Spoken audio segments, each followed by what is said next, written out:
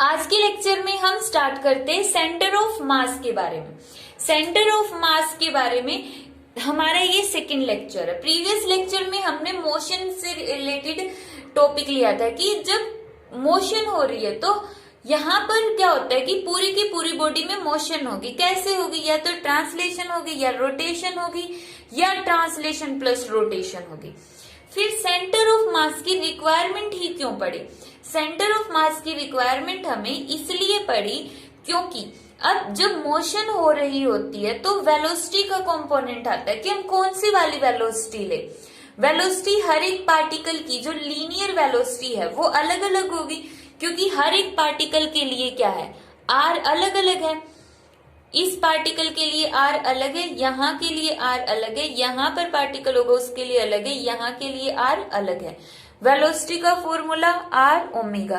जब ये कोई भी बॉडी इस स्ट्रेट लाइन के ऐसे मूव कर रही है, स्ट्रेट लाइन के अबाउट में मूव कर रही है, रोटेट कर रही है, तो उसकी एंगुलर वेलोसिटी तो सभी की इक्वल हो जाएगी, लेकिन आर सभी के लिए अलग अलग होगा। तो फिर हम कौन से पार्टिकल की वेलोसिटी ले? तो इस कंफ्यूजन को ओवरकम करने के लिए हमने कॉन्सेप्ट लिया सेंटर ऑफ मास का। तो सेंटर ऑफ मास होता क्या है? सेंटर ऑफ मास एक ऐसा पॉइंट होगा जहां पर पूरी की पूरी सिस्टम का जो मास है वो कंसंट्रेटेड होता है।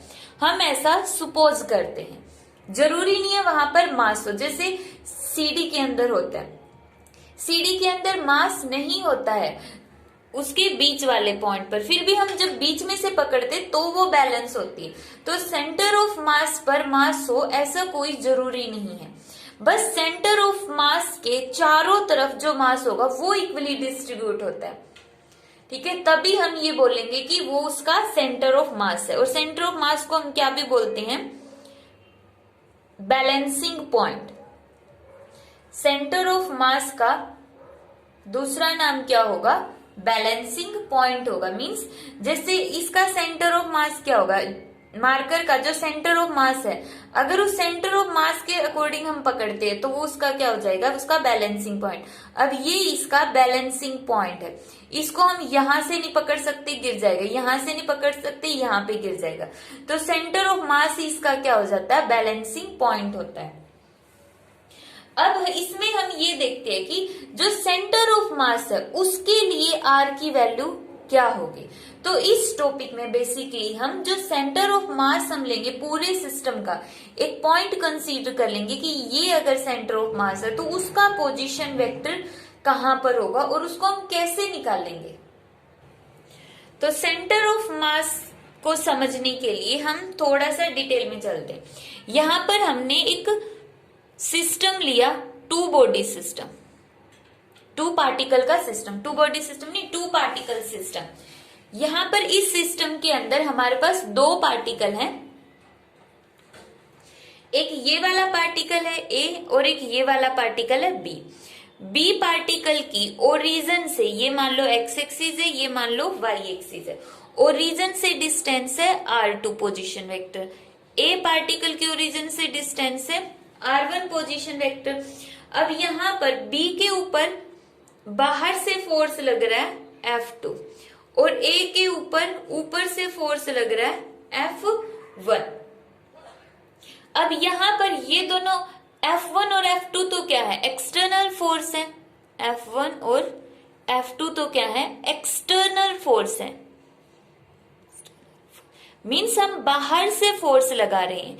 अब इनमें आपस में भी तो इंटरेक्शन हो रही होगी, तो इनकी आपस में इंटरेक्शन क्या होगी कि जो force on first particle due to second particle ने फर्स्ट पर जो फोर्स लगाया है वो होगा F1 2।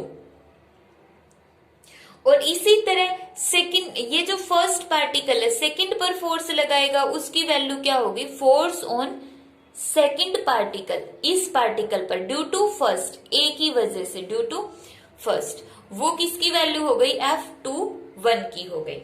अब यहां पर टोटल फोर्स कितना हो गया? तो हम लिखते हैं total force on whole system, on whole system, पूरे के पूरे सिस्टम पर टोटल फोर्स कितना होगा? यहाँ पर होगा ये F1।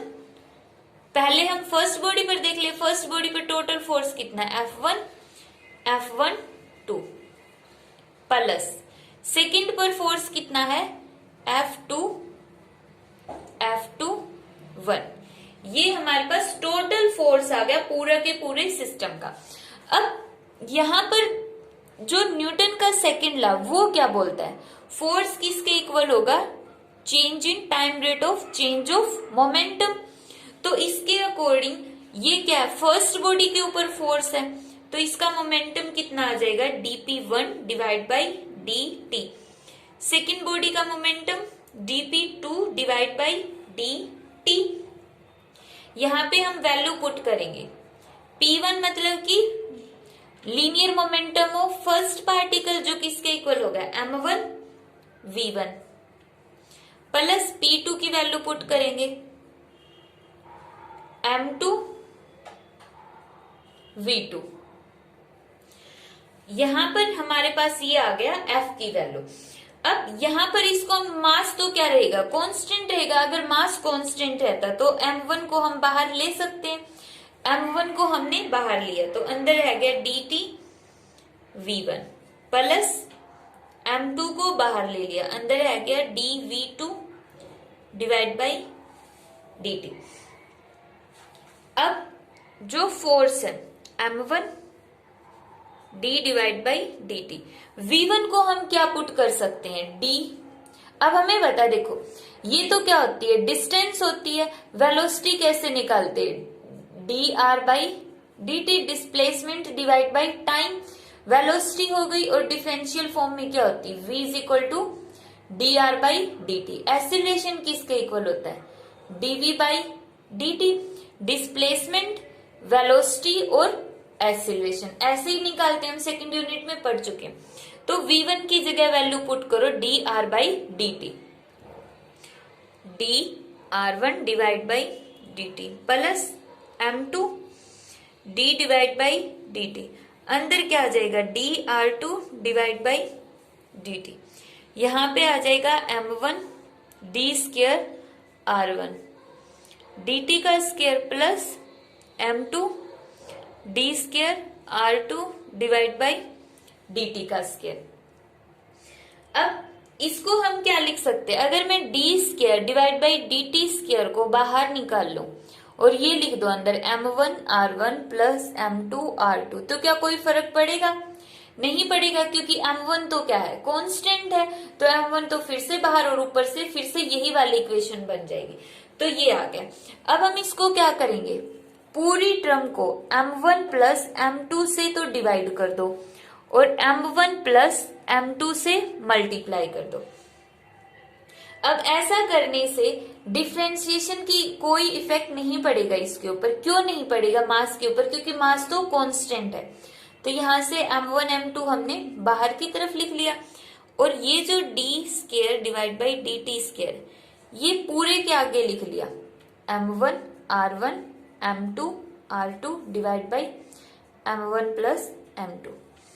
डिफरेंशिएशन हमने दोनों के साथ लिख लिया। इससे कोई फर्क नहीं पड़ेगा क्योंकि मास तो वैसे भी कांस्टेंट है, ये वैसे भी बाहर आ जाएगा। तो मतलब सिर्फ हमने चीजों को रीअरेंज किया है। अब जो मास है इसको हम क्या मान सकते हैं, यहाँ पे total mass for the whole system. ये जो मास है ये पूरे के पूरे सिस्टम का मास है। अगर कैपिटल M लिखना चाहो तो लिख सकते हो यहाँ पे। ये क्या हो जाएगा, RCM। अब ये RCM क्या है, सेंटर ऑफ मास का पोजीशन वेक्टर। अब जो ये पूरी बॉडी है इसको एक मार्कर ही कंसीडर करो कि ये जो A पोर्शन है ये B पोर्शन है। इसको हम जब बीच में से यहां से पकड़ते हैं तो ये इसका बैलेंसिंग पॉइंट है। तो इसका सेंटर ऑफ मास इस तरफ है, एग्जैक्ट बीच में नहीं है, थोड़ा सा इस तरफ है क्योंकि कैप का मास ज्यादा होता है। तो सेंटर ऑफ मास इसका कहां पर है, थोड़ा सा इस तरफ है। तो इसी तरह इस बॉडी का भी सेंटर ऑफ मास मान लेते हैं, यहां पर इसका सेंटर ऑफ मास है।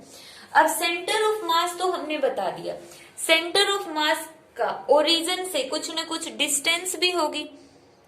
तो ओरिजिन से सेंटर ऑफ मास की डिस्टेंस को ही हम क्या बोलते हैं, सेंटर ऑफ मास का पोजीशन वेक्टर। ठीक है। अब ये आ गया सेंटर ऑफ मास का पोजीशन वेक्टर। अब देखो, जब हम ऐसे एक्स वाई के अंदर कोई भी पार्टिकल लेते हैं तो उसके कोऑर्डिनेट क्या होते हैं, एक्स एक्सिस से, और ये हो गया वाई एक्सिस से। जैसे अगर ये 2 और ये 3 होता तो यहाँ पर हम क्या लिख देते, 2,3। तो इसी तरह जो पोजीशन वेक्टर है इसको हम एक्स और वाई के टर्म में एक्सप्लेन कर सकते हैं। तो जो एक्स का कंपोनेंट आर वेक्टर को हम क्या लिख सकते हैं, एक्स आई प्लस वाई जे। इस तरह से अब यहां पर भी लिख लो, M1 R1 की जगह क्या लिखेंगे, एक्स आई प्लस Y1 जे। इसी तरह M2 X2I plus Y2 J divide by M1 plus M2। इसमें से I वाला कंपोनेंट एक साथ लिख लेते हैं, M1 X1 plus M2 X2। इन दोनों टर्म्स के अंदर I है, प्लस यहां पर M1 Y1 plus M2 Y2 जे, और डिवाइड बाई क्या हो जाएगा, M1 प्लस M2। ये आ गया हमारे पास X का प्लस Y का। अब कंपेयर कर लेते हैं, अलग से हमारे पास सेंटर ऑफ मास निकल जाएगा। तो X की वैल्यू कितनी आ गई, M1 X1 plus M2 X2 divide by M1 plus M2। इसी तरह YCM किसके इक्वल हो जाएगा, M1 Y1 plus M2 Y2 और divide by M1 plus M2। ये आ गए इसके पोजीशन वेक्टर के एक्स और वाई कोऑर्डिनेट्स। तो आज की इसमें थ्योरी में हमने स्टडी किया है कि सेंटर ऑफ मास जो होता है बॉडी का, उसकी ओरिजिन से डिस्टेंस मींस उसका पोजीशन वेक्टर क्या होता है और उसको हम कैसे निकालते हैं। अब इसके ऊपर बेस्ड हम फर्स्ट न्यूमेरिकल देखते हैं। यहाँ पे दिया है कि 2 बॉडीज, जो हमारा यही वाला ग्राफ था, यहाँ पर ये A थी, यहाँ पर ये पार्टिकल दूसरा B था। तो A का मास दे दिया 0.8 किलोग्राम और B का मास दे दिया 1.2 किलोग्राम। A का जो कोऑर्डिनेट है वो है 1 -2 और B के कोऑर्डिनेट है -3,4। ये हमने कैजुअली लिया, ये एक्स एक्सिस और ये वाई एक्सिस होती तो पॉजिटिव होती, ये हमने जस्ट वैसे समझने के लिए लिए हैं कि 2 कोऑर्डिनेट हो गए। तो अब पोजीशन वेक्टर के कोऑर्डिनेट निकालते हैं, जो सेंटर ऑफ मास है ना उसके कोऑर्डिनेट निकालो, मींस कैपिटल एक्स और कैपिटल वाई निकालने। तो फॉर्मूला क्या था हमारा, M1 X1 plus M2 X2 divide by M1 plus M2। M1 की वैल्यू 0.8, X1 कितना है, X1 है हमारे पास 1 प्लस, क्योंकि ये क्या हमारे पास X1 और ये क्या है हमारे पास Y1। सेकंड बॉडी का ये लगा लो X2 और ये हो गया Y2। फर्स्ट कोऑर्डिनेट हमेशा X होता है और सेकंड कोऑर्डिनेट हमेशा Y होता है। अगर हम एक्स वाई सिस्टम की बात कर रहे हैं तब जेड सिस्टम, और अगर वाई और जेड होता तो पहला वाई और दूसरा जेड हो जाता है, ठीक है। बाकी फिगर के अकॉर्डिंग पता चलता है। अब यहाँ पे x1 कौन सा लेना और x2 कौन सा लेना वो डिपेंड करता है। अगर हम फर्स्ट बॉडी इसको मान रहे तो x1 इसको ले लो, और सेकंड बॉडी ये है तो x2 इसको ले लो। तो m2 की वैल्यू 1.2, x2 कितना है -3, 0.8 प्लस 1.2। अब 0.8 की 1 के साथ मल्टीप्लाई 0.8। अब यहाँ पे प्लस माइनस कितना आ गया 3.6 और डिवाइड में कितना आ गया 2.0। तो यहाँ पर आंसर कितना आएगा, 3.6 में से 0.8 गया 8, 2.8, तो यहाँ पे आ गया 2.8 डिवाइड बाई 1.2 प्लस 0.8 कितना आ गया 2। और इसी तरह यहाँ पे कितना आया हमारे पास, सॉरी यहीं पे आ गए 2.8 डिवाइड बाई 2, जिसको हम सॉल्व करेंगे तो कितना आएगा, माइनस की टर्म है क्योंकि माइनस का है ना 3.6, तो आंसर आ गया हमारे पास 1.4। अब जो ये 1.4 है, तो इन दोनों बॉडीज का सेंटर ऑफ मास यहां पर होगा मान लेते हैं, तो इसका x कोऑर्डिनेट आ गया 1.4 और y कोऑर्डिनेट कितना आएगा m1 y1 plus m2 y2 divide by m1 plus m2। m1 की वैल्यू 0.8, y1 की वैल्यू -2, m2 की वैल्यू कितनी है 1.2 और y2 की वैल्यू 4। 0.8 प्लस 1.2 और जब इसको सोल्व करेंगे तो आंसर आएगा 1.6। तो हमारे ये कोऑर्डिनेट आ गए -1.4 1.6 और इस तरह से हम क्वेश्चन सोल्व करेंगे। अब हम एक क्वेश्चन और देख लेते हैं। नेक्स्ट क्वेश्चन ये है, यहां पे ये क्या दिया हुआ है m1 m2 m3, ये हमारे पास एक राइट एंगल्ड ट्रायंगल है। राइट एंगल्ड ट्रायंगल मींस इसका ये एंगल कितने डिग्री का है 90 डिग्री का है।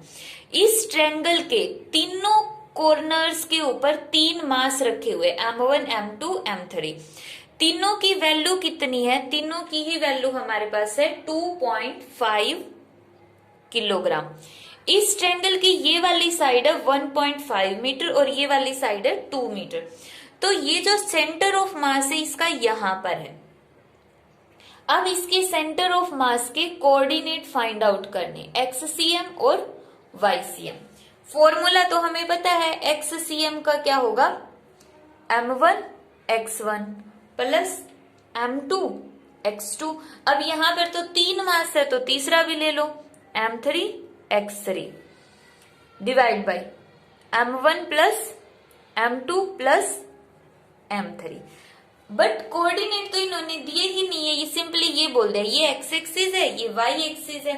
अब कोऑर्डिनेट नहीं दिए हैं तो हम क्या करेंगे, बना लेंगे कोऑर्डिनेट। अब ये देखो ये तो ओरिजिन पे रखा हुआ है तो m1 के तो 0 0 हो गए, m2 ओरिजिन से 2 मीटर आगे x एक्सिस के अंदर तो x का कंपोनेंट हो गया 2, लेकिन y का तो इस पे क्या है 0, तो y का कंपोनेंट हो गया 0। m3 का x कंपोनेंट कितना है, x से कितनी दूर है, ये पॉइंट x से 1.5 दूर है और y एक्सिस से कितना दूर है, y एक्सिस से 2 मीटर, क्योंकि ये डिस्टेंस 2 है तो ये भी कितनी होगी 2, तो इसका कोऑर्डिनेट आ गया 2। तो निकाल दो, m1 की वैल्यू कितनी है 2.5, x1 की 0, m2 की भी 2.5, x2 की वैल्यू 2, m3 की 2.5, x3 की वैल्यू 1.5,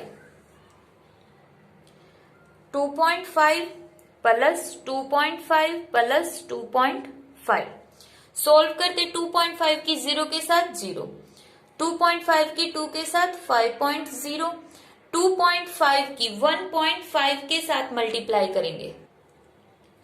m3 के कोऑर्डिनेट कितने हो गए, m3 x कितना है 2 कंपोनेंट, m3 यहां पर है, यहां पे x की वैल्यू कितनी है 2 और यहां पर y की वैल्यू कितनी है, इस जगह पे y की वैल्यू डिस्टेंस ये है और ये कितनी है 1.5।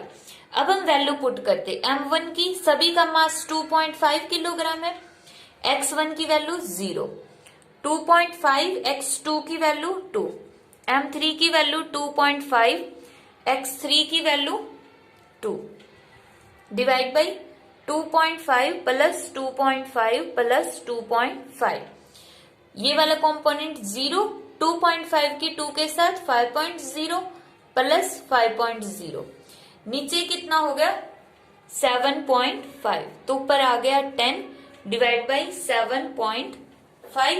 तो ये हमारे पास क्या आ गया x कोऑर्डिनेट आ गया। जब हम इसको सॉल्व करेंगे तो कितना आएगा 4/3, 4/3 मीन्स XCM की वैल्यू आ गई 1.33।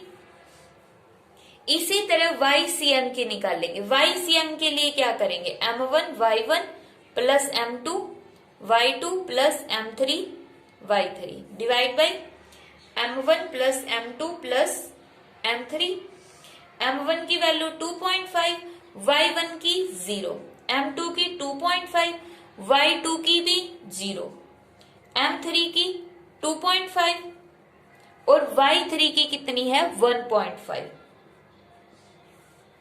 और नीचे फिर से सभी मासेस को ऐड कर दो और पूरे को सॉल्व कर लेना। तो आंसर आ जाएगा 0.5। तो ये आ जाएगा इसका y कोऑर्डिनेट। तो इस तरह हम किसी भी क्वेश्चन के अंदर सेंटर ऑफ मास के कोऑर्डिनेट निकाल सकते हैं। अब इसका लास्ट क्वेश्चन देखते हैं जो थोड़ा सा डिफरेंट वे होगा सेंटर ऑफ मास निकालने का। नेक्स्ट क्वेश्चन है 2 balls of mass 3m and m। ये हमने 2 balls लिए, एक का मास है 3m और दूसरे का है m, are separated by a distance l। Find the position of centre of mass. Centre of mass की पोजीशन फाइंड आउट करो। हमें नहीं पता इसकी पोजीशन कितनी है। मान लेते हैं 3m से ये x डिस्टेंस पर है, तो यहां से कितना होगा l माइनस x। अब सेंटर ऑफ मास क्या कौन सा पॉइंट होता है? सेंटर ऑफ मास का मतलब होता है कि अगर ये इसका सेंटर ऑफ मास है तो इससे इस साइड जितना मास है उतना ही मास इसके इस साइड होगा। सेंटर ऑफ मास को हम बैलेंसिंग पॉइंट बोलते हैं। इसका मतलब यही तो होता है कि दोनों साइड मास क्या है, सेम है। अब अकॉर्डिंग टू हम लिखेंगे, according to definition of centre of mass. Centre of mass की डेफिनेशन के अकॉर्डिंग क्या होगा? Mass on left side of centre of mass is equal to mass on right side of centre of mass. Left side में कितना मास है? 3m। 3m multiply by ये distance, क्योंकि एक पर्टिकुलर डिस्टेंस में मास टोटल में कितना होगा? मास मल्टीप्लाई बाय लेंथ। यही तो होता है centre of mass, mass multiply by length. तो वो टोटल मास हो गया। सेंटर ऑफ मास से लेफ्ट साइड में टोटल मास कितना है? मास मल्टीप्लाई बाय इनके बीच की distance is equal to right side में कितना है? Mass multiply by l minus X. m से m कैंसल, यहां पे आ गया 3x l minus x. x को इस साइड ले आओ, 3x प्लस एक्स किसके इक्वल आ गया? l। तो 4x is equal to l। x की वैल्यू किसके इक्वल आ गई? l by 4। तो l बाई 4 मतलब टोटल लेंथ का 4th टाइम्स। अगर टोटल लेंथ 12 है तो मतलब कि यहां पर 3 सेंटीमीटर के ऊपर इसका सेंटर ऑफ मास होगा। 3 सेंटीमीटर पर इसका सेंटर ऑफ मास होगा। इसका दूसरा मेथड होगा, अगर हम अपने सिंपल मेथड से ही करते, उसी फॉर्मूले से करते, तो उसके लिए हमें अज्यूम करना पड़ेगा कि let centre of mass is at 3m। हमने मान लिया कि जो सेंटर ऑफ मास है वो 3m के ऊपर है, यहां पर है। सिर्फ सुपोज किया है, एक्चुअल में कहाँ है हमें नहीं पता, सिर्फ सुपोज कर लिया कि सेंटर ऑफ मास है वो 3m के ऊपर है, यहीं पर सेंटर ऑफ मास हो गया है। तो इसके कोऑर्डिनेट क्या होते हैं? m1 x1 और इसके कोऑर्डिनेट क्या होते हैं? m2 x2। अगर सेंटर ऑफ मास इसके ऊपर ही हो गया तो x1 कितना हो गया? 0। और x2 की वैल्यू फिर कितनी होगी? x2 की वैल्यू तो टोटल लेंथ l हो गई है, तो l। तो सेंटर ऑफ मास कितना आ गया फिर? m1 x1 plus m2 x2 divide by m1 plus m2। m1 की वैल्यू 3m, x1 की वैल्यू 0 प्लस m2 की वैल्यू m और x2 की वैल्यू l और divide by total mass 3m plus m कितना होगा? 0 plus m l divide by 4m। m से m cancel, तो सेंटर ऑफ मास कितना आ गया? l by 4। ये थोड़ा सा इजी पड़ता है। इसके अंदर हमें सिंपली क्या लेना होता है, अगर सेंटर ऑफ मास नहीं दिया है तो उस केस में किसी भी एक पॉइंट पर हम सेंटर ऑफ मास मान लेंगे और जिस भी पॉइंट पर हमने सेंटर ऑफ मास माना उसका कोऑर्डिनेट 0 मान लेंगे और दूसरे का कोऑर्डिनेट फिर हम पता लगा ही सकते हैं, जो डिस्टेंस दी होगी उन दोनों के बीच में वो सेकंड का कोऑर्डिनेट बन गया। इस तरह से हम सेंटर ऑफ मास या पोजीशन वेक्टर निकाल सकते हैं। अगर ये मेथड इजी लगे तो ये कर लेना, अगर डेफिनेशन के अकॉर्डिंग लगे तो इस तरह से कर लेना। अब आज के लेक्चर में हमने देखा सेंटर ऑफ मास का पोजीशन वेक्टर हम कैसे कैलकुलेट करते हैं। नेक्स्ट लेक्चर में हम इसका नेक्स्ट टॉपिक पढ़ेंगे।